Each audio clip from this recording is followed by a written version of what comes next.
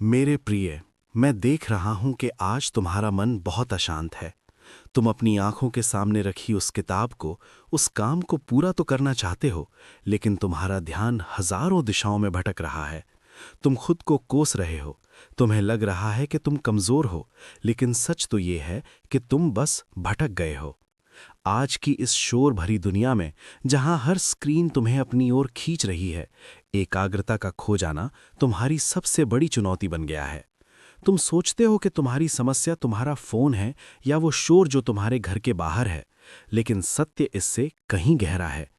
आज मैं तुम्हें बताऊंगा कि तुम्हारी एकाग्रता को असल में कौन रोक रहा है और कैसे तुम अपने इस चंचल मन के स्वामी बन सकते हो।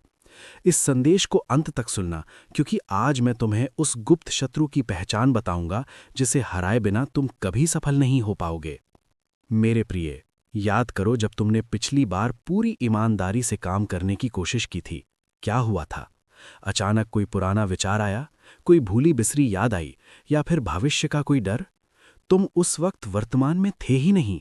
तुम शरीर से तो वहां थे, पर तुम्हारी आत्मा कहीं और भटक रही थी। तुम्हारी एकाग्रता को जो चीज सबसे ज्यादा ब्लॉक करती है, वो है फल की चिंता।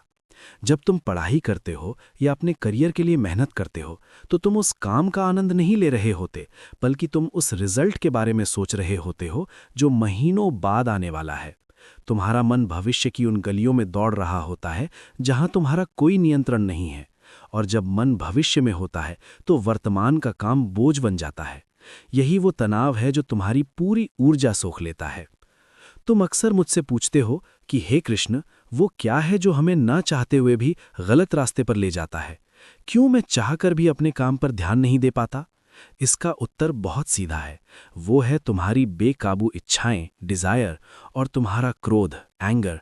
ये केवल शब्द नहीं है, ये वो आग है जो तुम्हारी बुद्धि को धुंधला कर देती है।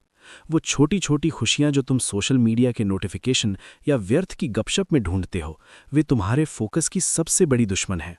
जैसे धुआं आग को ढक लेता है या धूल आईने की चमक को खत्म कर देती है, वैसे ही तुम्हारी ये छोटी इच्छाएं तुम्हारे विवेक को ढक लेती हैं।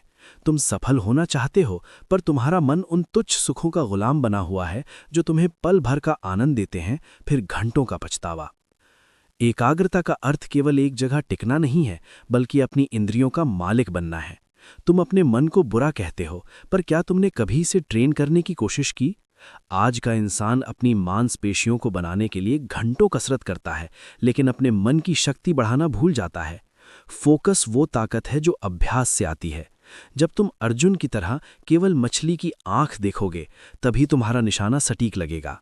और वो आंख तब दिखेगी जब तुम बाकी सब कुछ भूलकर केवल उस क्षण में जीना सीखोगे। याद रखो, तुम्हारा अधिकार केवल कर्म करने पर है। जिस पल तुम फल की चिंता छोड़कर केवल अपनी मेहनत में डूब जाओगे, तुम्हारी एकाग्रता खुद ब खुद लौट आएगी। तुम्हें किसी बाहरी मोटिवेशन की जरूरत नहीं पड़ेगी, क्योंकि तुम्हारा काम ही तुम्हारी सबसे बड़ी साधना बन जाएगा। जैसे जैसे तुम इस मार्ग पर आगे बढ़ोगे, तुम्हें एहसास होगा कि तुम्हारी असली लड़ाई बाहर नहीं, तुम्हारे भीतर है। तुम खुद ही अपने सबसे बड़े मित्र हो और खुद ही अपने सबसे बड़े शत्रु। चुनाव तुम्हारा है। क्या तुम उन छोटी इच्छाओं के गुलाम बने रहना चाहते हो जो तुम्हें हर पल भटकाती हैं, या तुम उस दिव्य शांति को अपनाना चाहते हो जो तुम्हें अजेय बना देगी? आज का ये संदेश केवल एक संवाद नहीं है, ये तुम्हारे लिए एक बुलावा है, वापस अपने कर्म की ओर मुड़ने का। अपनी बुद्धि को स्थिर करो, अपने मन को वर्तमान में लाओ, और देखो कैसे असंभव भी संभव हो जाता है। जाओ, अपना गांडीव उठाओ और अपने लक्ष्यों की ओर बढ़ो। मैं तुम्हारे साथ हूँ, हर विचार में, हर सांस में।